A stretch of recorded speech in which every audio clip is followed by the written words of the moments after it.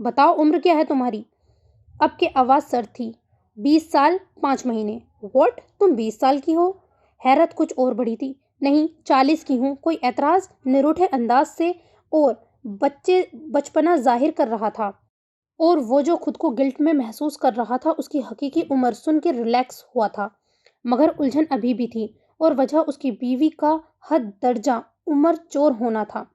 کیا لڑکیاں واقعی اتنی عمر چور ہوتی ہیں؟ وہ اس کا ہاتھ پکڑ کر وال مرر کے سامنے لایا تھا۔ اب دیکھو، اس نے مرر کی طرف اشارہ کیا تھا۔ اس میں کیا دیکھوں؟ وہ ابھی اس کا مطلب نہیں سمجھتی تھی۔ اس میں دیکھو، ایسا لگ رہا ہے جیسے میٹرک کا کوئی اسٹوڈنٹ ہو، گھر میں کھانے پینے کی قلت ہے جو اتنی پتلی دبلی ہو۔ دیکھیں، آپ اس طرح نہیں بول سکتے۔ اب اس میں میرا کیا قصور؟ آپ اتنا کھا پی کر انکل لگ رہے ہیں میرے۔ جس کی فٹنس اور مضبوط جسامت کے پیچھے لوگ فدا تھے، اس نے اسے انکل کا خطاب دے دیا تھا۔ اس کے سیریس اور منہ ٹیڑھا کر کے کہنے پہ ایک پل کو تو اسے واقعی اپنا آپ انکل لگا تھا۔ بے اختیار مرر میں دیکھا تھا، اس کے کچھ اور قریب ہوا تھا، مگر اسے کیا خبر تھی اس کی نزدیکی کسی وجود پر بھاری پڑ رہی ہے۔ 27 سالہ نوفل احمد خان، 6 فٹ کا قد، چوڑا شانے، رنگ جو مردوں کا واقعی ہونا چاہیے، نہ زیادہ گورا نہ سانولا، چہرے پر بھری بھری شیو جو ہونٹوں کے قریب سے شروع ہوتی تھی، وہ بلا کا مضبوط جسامت کا مرد تھا۔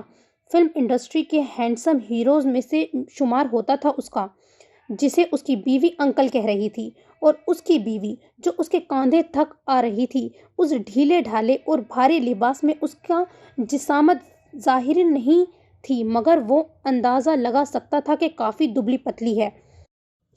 گورا رنگ، جس کی وجہ سے ہونٹ کچھ زیادہ ہی گلابی تھے، لپسٹک سے پاک، گہری براؤن آنکھیں جو بڑی بڑی ہونے کی وجہ سے چہرے پر نمایاں ہو رہی تھی، پھولے پھولے گال، ستوا ناک، ہونٹوں کے قریب ننھا سا تل۔ وہ خوبصورت نین نقوش کی مالک تھی، اور جو چیز اس نے محسوس کی وہ کافی نروس ہو رہی تھی، مگر زبان سے اس کمی کو چھپانا چاہ رہی تھی۔ وہ اس کی جھجک کی وجہ جاننے سے قاصر تھا۔ سر جھٹک کر دوبارہ اپنی جگہ پر آ بیٹھا تھا۔ کسی لڑکی پر اتنا غور و حفظ کرنا اس کی عادت نہیں تھی، اب چاہے وہ اس کی نئی نویلی بیوی ہی کیوں نہ ہو۔ چینج کر کے آؤ، کھانا آ رہا ہے۔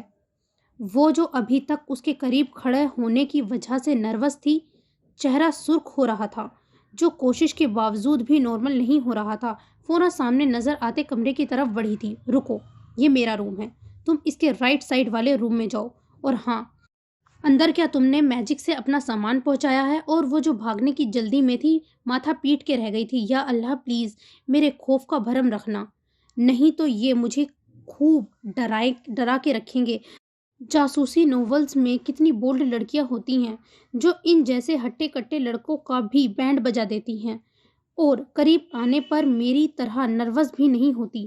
آج پھر سے پوری ناول پڑھوں گی، ہمت ملے گی خود کی سیفٹی کی۔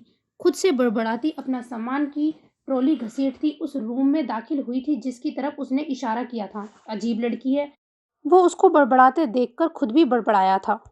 نیکسٹ سین۔ کیا ہوا اماں، اتنی اداس کیوں بیٹھی ہیں؟ رابعہ بیگم جو اپنے گھر کے لیے جا رہی تھی، گیلری میں اپنی ماں کو اداس دیکھ کے ان کے پاس آ کر بیٹھ گئی تھی۔ کیسی اداسی رابعہ؟ یہ تو غم کا پہاڑ ہے جو میرے دل پہ رکھ دیا گیا ہے۔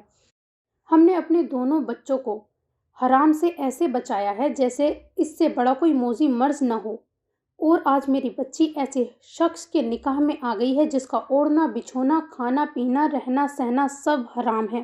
بے شک ہم نے اپنے دونوں بچوں کو اپنے لیے جینا سکھایا ہے، حالات کو اپنے حق میں کرنے کے طریقے ازبر کروائے ہیں، پھر بھی حیات کو جس طرح اب تک رکھا گیا ہے اس میں کسی حد تک بچپنا ہے۔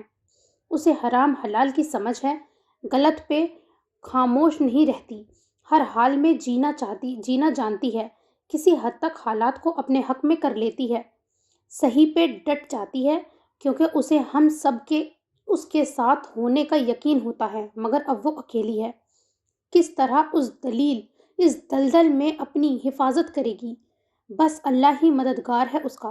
حیات کی محبت ان کے لفظ لفظ میں تھی، اتنی محبت تو شاید انہیں اپنی اکلوتی بیٹی اور بیٹے سے بھی شاید ہی ہوگی، نہ مناہل سے، نہ اپنے دونوں نواسوں سے جن میں ایک ان کا پوتا بھی بن بیٹھا تھا، مگر حیات تو ان کی حیات ہی تھی، اور اپنی حیات ہر کسی کو عزیز ہوتی ہے۔ جس اللہ کے بھروسے اپنے اسے چھوڑا ہے، کیا اس کا سہارا آپ لوگوں کے سہارے سے بہترین نہیں؟ کیا جو آج ہوا ہمارے ارادوں اور چاہتوں کے بغیر، کیا اس میں اللہ کی کوئی مرضی نہیں ہوگی؟ حالانکہ اس کی مرضی کے بغیر ایک پتا بھی نہیں ہلتا، اور حیات جیسی لڑکی کے ساتھ یہ حادثہ ہونا، کیا پتا اس میں اللہ کی ہی حکمت تھی۔ آپ تو ہر حال میں اللہ سے راضی رہنے والی تھیں۔ رابعہ بیگم کی بات پہ انہیں ایسا لگا تھا جیسے کسی نے انہیں غموں کی زنجیر سے آزاد کر دیا ہو۔ کیا واقعی اللہ سے بہتر مددگار بھی کوئی ہے؟ تو نے تو بڑا بوجھ اتار دیا۔ رابعہ کیسی ناشکری ہو گئی تھی کہ اللہ کی رحمت کو ہی بھول بیٹھی۔ یہ اللہ کا فیصلہ تھا، اس کی مرضی کے بنا تو کوئی پتا بھی نہیں ہلتا۔ اب تو بس اللہ سے ہی دعا ہے، جس آزمائش کے لیے اللہ نے ہمیں چنا ہے اس میں کامیابی دے، عافیت کے ساتھ۔ ان کی دعا پر رابعہ بیگم نے زیر لب آمین کہا تھا۔ آنکھیں اپنی بیٹی کے لیے نم ہوئی تھیں، جس کی ابھی تک کوئی خبر نہیں آئی تھی۔ 2 گھنٹوں سے نکلے ہوئے تھا ان کا بھائی اور بیٹا، مگر مجھے پتا ہے رابعہ، تیری آنکھوں میں آنسو کا سبب جس طرح مجھے تسلی کے الفاظ کہے، میں تجھے وہی الفاظ لوٹاتی ہوں جو حیات کا رب ہے وہی مناہل کا بھی ہے۔ مگر اماں حیات جیسی نہیں ہے مناہل، مجھ سے اس کی پرورش میں لاپرواہی ہوئی ہے، اور میری اس لاپرواہی نے میری بچی کو اپنی لپیٹ میں لے لیا ہے۔ مگر اماں، میری بچی کردار کی کمزور نہیں ہے، وہ اتنی آزاد خیال ہونے کے باوجود کبھی غلط راستے پر نہیں گئی۔ ہم سب کے سامنے اس کی زندگی کھلی کتاب ہے، اور شاید ہم اسی لیے اس پر کوئی روک ٹوک نہیں کر پائے۔ شاید کرتے تو نوفل احمد خان ہماری زندگی میں تباہی مچانے نہیں آتا۔ پتہ نہیں میری بچی کس حال میں ہوگی۔ کہیں کچھ غلط، اتنا کہہ کے اپنی ماں کے آغوش میں بلک بلک کے رو دی تھی۔ صبر کر، اللہ سب سے بڑا محافظ ہے، ماں کی دعائیں رد نہیں کرتا وہ۔ خوب توبہ کر، اللہ معاف کرنے والا ہے، منال کی حفاظت کرے گا، تو فکر نہ کر، اللہ واپس ملوائے گا ہمیں ہماری بچی سے۔ مگر اماں، جو لڑکیاں گھر سے ایک رات بھی باہر گزار دیں، انہیں پھر معاشرہ جینے نہیں دیتا۔ بڑے سے بڑے انسان کی بھی ہمت ٹوٹ جاتی ہے معاشرے کی جنگ میں۔ عزت اور ذلت اللہ کے ہاتھ میں ہے، اور ہم اس سے عزت کا سوال کریں گے۔ چل اٹھ، اس کے در پہ اس کو راضی کرنے۔ اپنی بیٹی کا ہاتھ پکڑ کے اٹھایا تھا اور نماز کا ارادہ کر کے کمرے کی طرف بڑھ گئی تھی، اور رابعہ بیگم سوچ رہی تھی کہ ماں کا وجود ہر عمر کے بچوں کے لیے نعمت ہوتا ہے، ایسا سایہ درخت جو بنا غرض کے سایہ دیتا ہے۔ اے اللہ، تو ساری اولادوں کو ماں باپ کا قدردان بنا۔ نیکسٹ سین۔ کیا کھانے کے لیے بھی انویٹیشن دینے کی ضرورت ہے بیوی؟ اسے ایسے ہی ہاتھ پہ ہاتھ دھرے بیٹھے دیکھ کر وہ طنز سے باز نہیں آیا۔ اور تم یہ کھانے کو اس طرح کیوں گھور رہی ہو؟ کیا زہر تو نہیں نظر آ رہا اس میں؟ وہ شاید مقابل کو اپنی طنز یا گفتگو سے ہی جج کرتا تھا، اور وہ اس کی ایسی گفتگو سے جج بھی ہو رہی تھی۔ اگر آپ بلا طنز کوئی بات پوچھیں تو شاید میں کچھ بتا بھی سکتی ہوں، مگر جس طرح کا آپ کا انداز ہے، میرے آپ سے بات کرنے کا ذرا بھی ارادہ ہے نہ دل۔ بیوی، مجھے نہ تمہارے ارادوں کی فکر ہے نہ دل کی۔ یہاں میرے گھر میں بیٹھی ہو، بھوکی رہ کر مر گئی، اس کا الزام سے بچنے کی فکر ہے۔ کم آن، ہیو اٹ، بے پرواہ لہجے میں کہتا وہ اپنے لیے کھانا نکال چکا تھا۔ بیوی، اب کے آواز میں وارننگ تھی، مگر مقابل بھی وہ تھی جو خوف کے باوجود بھی جواب دینے سے نہیں چوکی تھی، جبکہ وہ صحیح بھی ہو۔ ایک تو آپ یہ بیوی بیوی کی رٹ بند کریں، عجیب ہی لگ رہا ہے۔ اس کے چڑھ کر کہنے پہ اس نے ایک مسکراتی نظر اس پر ڈالی تھی، جسے اس کے اعتراض کو انجوائے کیا ہو، پھر چہرہ اس کے کان کے پاس لا کر سرگوشی کی تھی۔ پھر گرل فرینڈ ہو؟ اس کی سرگوشی پر بے ساختہ اس نے زبان سے استغفر اللہ نکالا تھا۔ جواب مقابل کی توقع کے عین مطابق تھا، شاید جبھی اس کے تنے نقوش میں کمی آئی تھی۔ بات تو تمہاری سوچنے کی ہے۔ ایک فڈر بیبی کے لیے بیوی کا لفظ کافی معیوب سا لگتا ہے، مگر کیا کیا جائے، عمر تو بڑوں والی اور زبان کے ظوہر بھی اچھے خاصے ہیں، اسی لیے تمہارا پہلا اعتراض ریجیکٹ کیا جاتا ہے۔ بیوی، اب تم اس لفظ کی عادت ڈال لو، یہ تمہیں باور کرواتا رہے گا کہ تم نوفل احمد خان کی ملکیت ہو۔ اور اس ملکیت سے کبھی بھی رہائی ممکن نہیں۔ اب دوسرا اعتراض بتاؤ، شاید اس پہ نظر ثانی ہو جائے۔